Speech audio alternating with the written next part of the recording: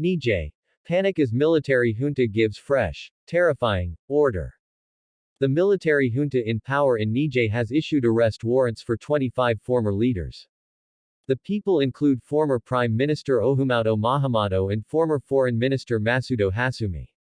Also on the list are former Trade Minister Alkich Alhada and former Presidential Staff Deputy Dauda Jibo Takubakoy. Former Ambassador to France, Ichetu Kane Boulama, is also mentioned. In addition, accusations have been filed against former Tuareg rebel leader Raissa Agbula and former Energy Minister Ibrahim Yakubo. The military junta claimed that all of them are accused of high treason and conspiracy as a result of their actions to undermine state security. Despite the fact that many people have fled the country, some still attempt to overthrow the government from abroad. Note that on July 26, political unrest in Niger escalated. Action was taken by the National Council for Safeguarding the Homeland, which was headed by General Abdourahmane Tiani. They suspended the constitution in addition to ousting President Mohamed Bazoum, which provoked the international outcry. The act was strongly condemned by the regional organization ECOWAS. It imposed Niger under trade and economic restrictions and advocated the use of military to re-establish order. What stands out in the minds of the junta perpetrators? This is what we know. Amid tensions emanating from the uncertainties surrounding the Niger coup d'état, which saw President Mohamed Bazoum deposed by the military, and a warning from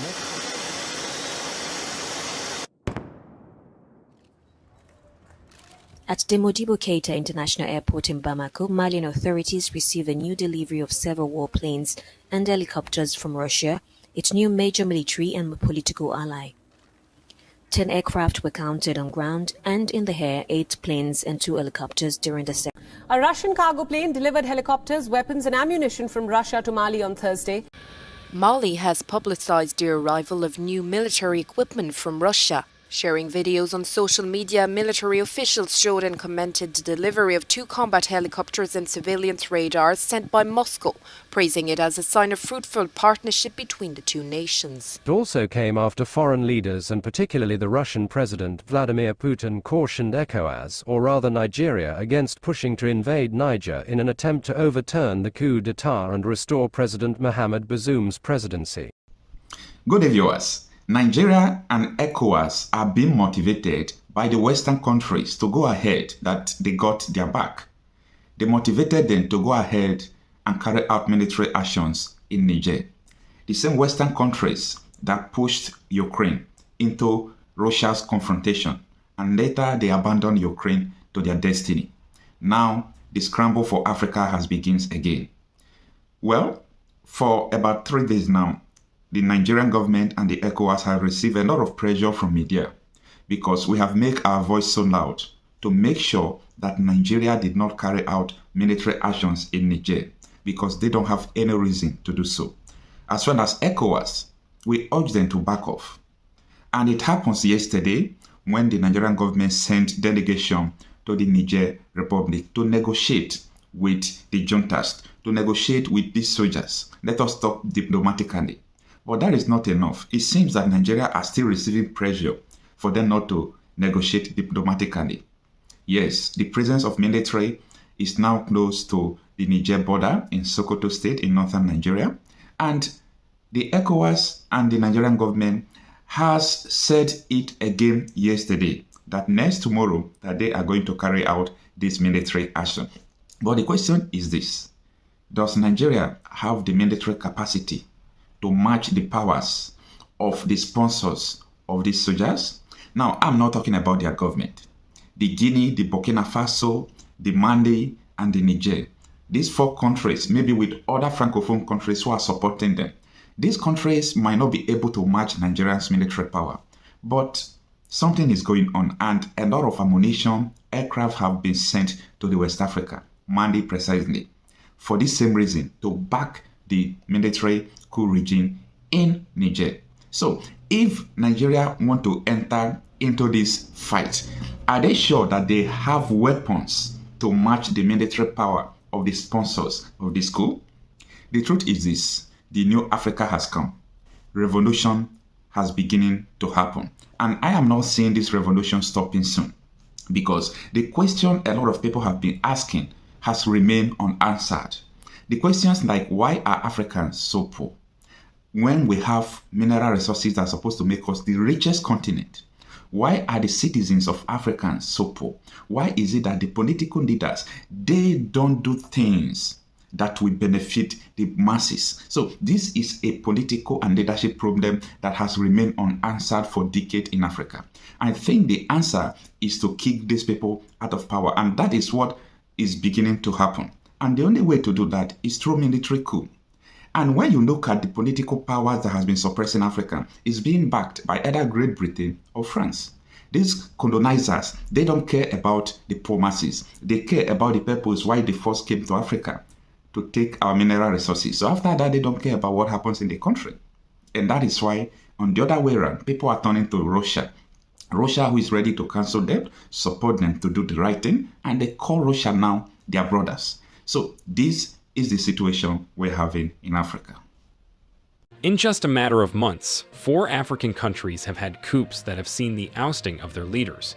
Russia and Africa in the fight against Nazism has been forgotten, but today we stand together, and today we're here to talk about the future of our countries and what will happen tomorrow in this new free world to which we aspire for, where there will be no meddling in our domestic affairs. We have shared prospects, and I hope that this summit will provide an opportunity to establish just peace and just world order and relations between our peoples.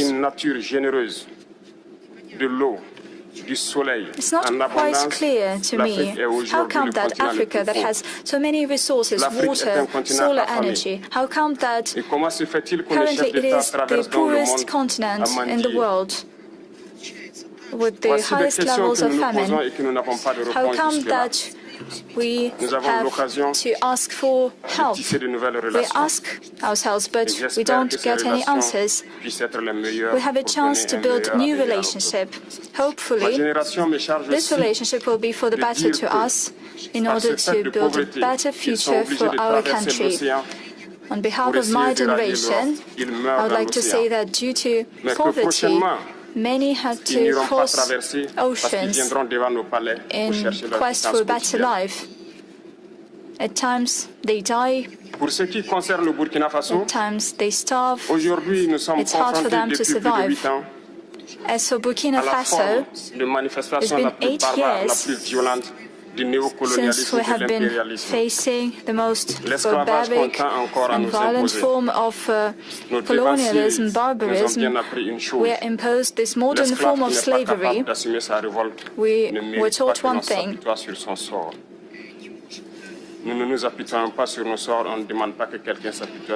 a slave that cannot rebel does not deserve pity. And we decided to fight against terrorists that impede our development and our struggle.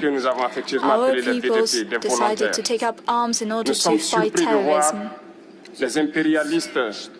I'm surprised that imperialists, they are called militarized units, militarized groups. In Europe, people take arms in order to defend their motherland. They are called that they say that they are not patriots, but when my grandfather had to take up arms, it was against his will.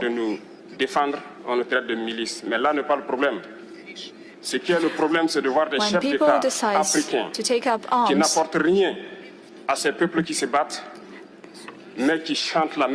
there's another problem. The problem is that the heads of African states do not give anything to these people who fight against imperialism.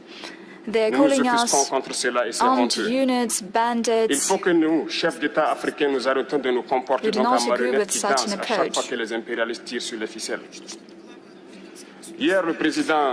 Leaders of African states should not be puppets when imperialists treat them like that. Parce qu'au prochain I would forum, like nous ne to devrons pas venir convey ici a message to the heads sans of avoir assuré, African pour ceux states. qui ne connaissent pas la guerre, l'autosuffisance alimentaire de nos peuples. Nous devons prendre l'expérience de ceux qui ont pu déjà atteindre cela en Afrique, tisser de bonnes relations ici et tisser de meilleures relations avec la Fédération de Russie pour pouvoir assouvir les besoins de nos populations. Je ne serai pas peut-être long, le temps est imparti et très court. Nous sommes obligés de nous arrêter à un moment donné. Mais je voudrais terminer en disant que nous devons donc rendre hommage à nos peuples. Since à nos there's peuples not qui se battent. much time left for my intervention, let me Gloire à nos pay peuples. tribute to Dignité à our nos peoples peuples. that Victoire à nos peuples. fight La patrie ou la against all mort, the nous evil. vaincrons. Glory to our Merci, people, camarades. respect to our people, and victory to our people. Thank President Ibrahim Traoré of Burkina Faso has met a delegation from Niger as the military junta seeks support from its allies to protect itself from a military intervention.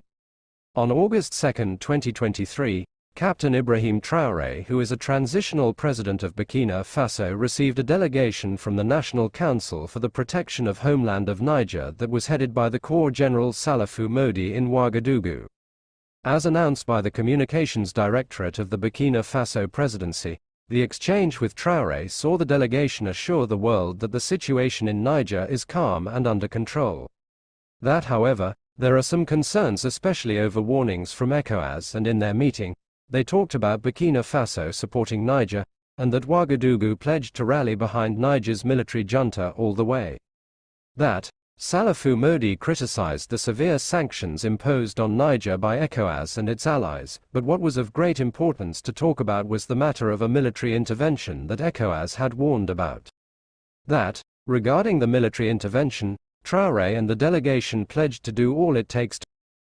Yes, this is a revolutionary move by this 34-year-old president of Burkina Faso. I think more people are to come after these guys. More people are to take these guys' steps. Maybe that is why the West and the ECOWAS, Nigeria, they are now serious, because they see that one after the other, every country is now chasing the colonial system out of their country and embracing their culture. And without we finding our culture, without we embracing our culture, there is no how we can break through and become a better continent. Thank you for having time to listen to this video. This news is reaching you from ogulaghaVangurds Limited, the true face of Niger Delta. We tell your story better. For publication of press releases, statements, advert and inquiries, send an email to ogulaghaVangurds@gmail.com. Call 080516709222 or reach us at www.ogulaghaVangurds.com.ng.